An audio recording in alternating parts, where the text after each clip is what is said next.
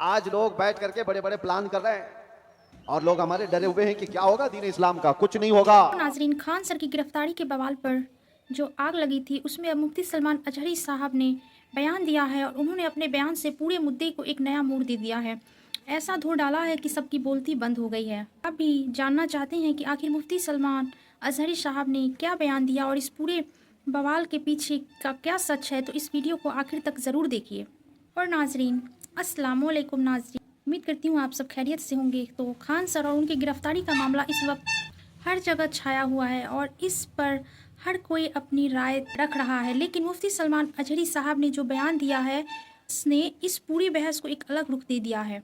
मुफ्ती सलमान अजहरी साहब ने जिस तरीके से इस पूरे मामले को धो डाला है वह दिखाता है कि उनका अपना एक पक्का और बेबाक नज़रिया है और उन्होंने बिना किसी डर के वो बातें सामने रखी है जो शायद बाकी लोग बोलने से बच रहे थे। उनका ये बयान सिर्फ एक बयान नहीं है बल्कि इस पूरे बवाल पर एक गहरा तंज और आईना दिखाने जैसा है।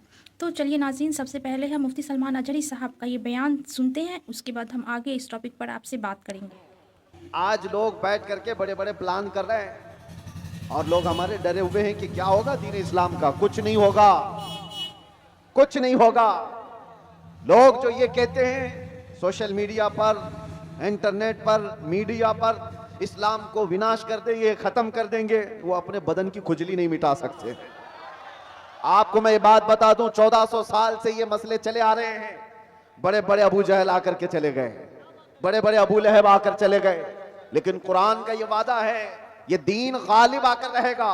और रब ताला फरमाता युरीदून लियुत्फिऊ नूरल्लाहि बिअफ़वाहिहिम व यअबल्लाहु इल्ला अन युतिम्मा नूरह। लोग अपने मुंह के फूंकों से अल्लाह के चिराग को बुझाना चाहते हैं। ये अल्लाह का चिराग है, ये तुम्हारे फूंकों से नहीं बुझाया जा सकता। और रब ताला फरमाता अल्लाह अपने नूर को, अपने चिराग को मुकम्मल करके रहेगा, मुकम्मल करके रहेगा। आज यहां पर हालात देखो, सीमांचल में जब भी आता हूं तो मुझे एक चीज का एहसास होता है, रहने के लिए छप्पर के घर सही ढंग के नहीं होते, लकड़ी के घर होते हैं, बाढ़ में जीने वाले लोग। लेकिन जब अजमत रिसालत की बात आती है तो ऐसा शामियाना बांधते हैं कि लोगों की निगाहें दंग रह जाए। ये सारा निजाम ये गरीबों का बनाया हुआ है। मैं जिस इलाके से भी गुजरते आया, अभी मैं जिस तरह से गाड़ी में बैठकर, अरे सही ढंग की सड़कें नहीं, नेताओं ने तो सब खा लिया है, सब कुछ खा चुके हैं और कुछ ना दिया सीमांचल को। उसके बावजूद सीमांचल की इस नौजवान तबके के पास अगर कुछ बात बाकी रह गई है तो इश्क रसूल की दौलत बाकी है। मैं यहां आना ही नहीं चाहता था, कई दिनों तक तारीख को मैं बार बार मुलतवी करता रहा। ये कैसर साहब रो धो करके लेकर के आए। मैं ये सोचता किस लिए जलसे कर रहे हो, किस लिए प्रोग्राम कर रहे हो, बयानात तो आप यूट्यूब से सुन ही लेते हो। कहा नहीं, आप चल करके देखिए हमारे इलाके के लोग मोहब्बत मुस्तफा सल्लल्लाहु अलैहि वसल्लम में।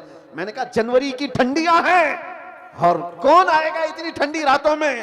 अंदर आने के बाद पता चला यहां तो 50 डिग्री गर्मी चल रही है। यह मोहब्बत मुस्तफा सल्लल्लाहु अलैहि वसल्लम का निजाम। दीन इस्लाम से वाबस्तगी आज भी पैसा नहीं चाहती है। यह मालदारों का निजाम चलाया हुआ दीन नहीं है। मेरे आका सल्लल्लाहु अलैहि वसल्लम ने सच फरमाया था, बदा अल इस्लाम गरीबा व सयऊद गरीबा। इस्लाम गरीबों से शुरू हुआ था, अजनबियों से शुरू हुआ था और गरीबों में ही खत्म हो जाएगा, अजनबियों में आकर खत्म हो जाएगा। आज ये सारे हालात देखकर दुनिया दंग है कि इनके पास खाने पीने को ढंग से कोई चीजें नहीं होती, लेकिन दीन इस्लाम की बात आती है तो ये अपनी हैसियत से बढ़ करके सजा देते हैं। हमारे घर ढंग के नहीं है, लेकिन अल्लाह का घर देखो तो सबसे बुलंदो बाला नजर आए। कई लोगों की आंखों में गड़ने वाले, चुभने वाले मीनार सड़कों से गुजरे, मुसलमान पाई पाई जमा करके ये सारी चीजें करता है। अजीजा ने गिरामी वकार, लोगों को अगर आज डिपार्टमेंट का, हुकूमत का, सियासत का पैसा जिनको मिला है और वो आज बुलंदबांग दावे कर रहे हैं कि हमने वो कर दिया, ये कर दिया, ये गरीब मुसलमान वो है जिनको कोई नहीं पूछता, सियासी एतबार से और किसी भी एतबार से। लेकिन जो कुछ भी हमारे पास आज मौजूद है वो सिर्फ और सिर्फ फजले इलाही से है। अगर रब तबारक व तआला इस दीन का हामी व नासिर और मददगार ना होता तो ये दरिंदे तो कब के चबा चुके होते। जिनके पास लाखों की शाखाएं हैं, चड्डी पहनने वाले, लाठी डंडे की तरबियत लेने वाले जितने लोग हैं वो तो सब इन गुरबा और मसाकिन को खा गए होते हैं। एक बात याद रखो, लोग आज भी डरे सहमे हुए कहते हैं हम तो माइनॉरिटी में हैं, किल्लत में हैं, यहां हमारी तादाद बहुत कम है, यहां हमारी तादाद बहुत कम है, मसलहत के साथ जीना है, यकीनन मसलहत और हिकमत के साथ जीना है। और मैं आपसे कहता हूं, और अगर कोई हमारे बिरादराने वतन सुन रहे हैं तो उनसे भी मैं कहता हूं, हुकूमत के ऊपर से लेकर नीचे तक के ओहदे सब तुम्हारे, डिपार्टमेंट में 80% सारे लोग तुम्हारे, सब कुछ है। ये जो छोटी सी तादाद है, ये एक छोटी सी किल्लत है, दीन इस्लाम से वाबस्ता है, इसको सारी दुनिया और ये सारी बड़ी ताकतें मिलकर के मिटा क्यों नहीं पाती? 24 घंटे मीडिया भौंकता रहता है और मिटा क्यों नहीं देते बरसों से? कान खोल करके सुन लो, सारे दज्जाल मिल करके बैठ करके अपनी ताकत का इस्तेमाल करें तब भी हमें नहीं मिटाया जा सकता। इकबाल ने कहा यूनान और मिस्र और रोमा सब मिट गए जहां से, बाकी मगर है अब तक नामो निशा हमारा, कुछ बात तो है कि मिटती नहीं हस्ती हमारी। सदियों रहा है दुश्मन दौरे जमा हमारा, तौहीद की अमानत सीनों में है हमारे, आसान नहीं मिटाना नामो निशा हमारा। ऐ नौजवानों, मैं ये खिताब सिर्फ इसलिए आपके सामने अर्ज कर रहा हूं कि तुम फख्र करो कि जिस दीन पर अल्लाह ने तुम्हें पैदा किया वो इस रूए जमीन का सबसे आला दीन है। तुम किसी चोर कौम से वाबस्ता नहीं हो कि सर झुका करके जियोगे, तुम किसी मुजरिम कौम से वाबस्ता नहीं हो कि अपनी टोपियां छुपाकर दाढ़ियां छिला करके घूमोगे। अरे सीना तान करके जमीन पर चलो कि तुम्हारा आका व मौला मोहम्मद रसूलुल्लाह सल्लल्लाहु अलैहि वसल्लम से अफजल तरीन कोई इस रूए जमीन पर हो ही नहीं सकता।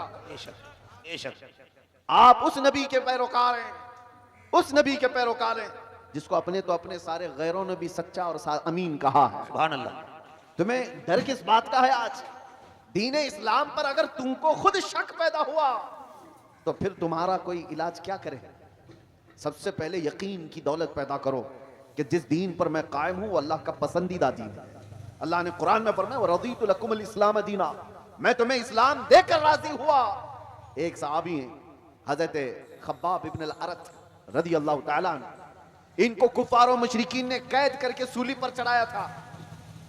जानते हो, नाखूनों को पकड़ से खींचा और उसके बाद उनके कान काटे, नाक काटे, होंठ काटे, आंखों में गरम सलाइयां फेरी हजरत खुबैब इब्न अदी, और उसके बाद उनसे कहा कि क्या ही अच्छा होता तेरी जगह मोहम्मद होते, फांसी पर उनको चढ़ाया गया होता और तू आराम कर रहा होता। जानते हो उस सहाबी ने क्या कहा था?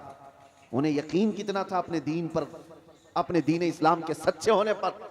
उन्होंने पहले तो ये कहा जालिमों खबरदार, तुम रसूलुल्लाह को मेरी जगह होने की बात कर रहे हो, कसम रब्बे जुल जलाल की मेरे जिस्म के 1000 टुकड़े हो जाए मैं गवारा करूंगा, मेरे नबी ये पाक के तलवों में कांटा भी चुभे मुझे ये बर्दाश्त नहीं है। और दूसरी बात, तुम ये सोच रहे हो कि मैं कत्ल हो जा रहा हूं, मर जाऊंगा, मुझे इस बात का जरा भी डर नहीं, इसलिए कि तुम कत्ल करके जिस जानिब भी मुझे फेंकोगे मैं दीन इस्लाम पर दुनिया से जा रहा हूं। सुभान अल्लाह। सबसे बेहतरीन दीन पर मैं मर रहा हूं, ये मुझे फख्र है, मुझे गर्व है। आज नौजवानों के अंदर ये फख्र चाहिए हमें कि तुम दीन इस्लाम से वाबस्ता हो। जब तुम्हारा यकीन बढ़ जाएगा अल्लाह की मदद आएगी। तुम्हारा यकीन बढ़ जाए, कुत्ते भौंकना भी बंद कर देंगे, आपका यकीन पाए तकमील तक पहुंचे। अगर तसलजुल तुम्हारे अंदर है, डुलमुल यकीन के साथ जी रहे हो, तो फिर जाहिर सी बात है लोग तुम्हें तरह तरह के शोशे छोड़कर शक और शुबा में पैदा कर देंगे। आज जिन हालात से हम दुचार हैं, क्यों दीन इस्लाम की इस अजमत पर लोग उंगलियां उठाने की कोशिश कर रहे हैं? आपको अंदाजा है? तुम्हारा खुद का अमल जरूरी है। आप अभी अब मैं नारा लगाओ इस्लाम जिंदाबाद तो सारे जोश से लगाएंगे, इस्लाम जिंदाबाद, इस्लाम जिंदाबाद, बोलोगे कि नहीं बोलोगे? इस्लाम से मोहब्बत है, सड़कों पर आओगे तो बड़े नारे हैं, जुलूस में जाओगे तो भी नारे हैं इस्लाम जिंदाबाद। लेकिन ये इस्लाम जिंदाबाद शादियों में कहां है? तुम्हारे घर की औरतों में कहां है? वाह वाह वाह वाह। बेटियों पर इस्लाम क्यों नहीं नजर आता? अच्छा पैगाम। वाह। बीवियों पर इस्लाम क्यों नहीं नजर आता? जब तुम्हारे घर में इस्लाम जिंदाबाद नहीं है तो सड़कों पर नारा लगा करके क्या फायदा? सबसे पहली बात, अपने घर से इस्लाम को जिंदा करो। जिस दीन से तुम वाबस्ता हो, दूसरों पर नाफिज करने की बजाय, दूसरों को जवाब देने की बजाय, पहले अपने घरों में इस्लाम जिंदा करो।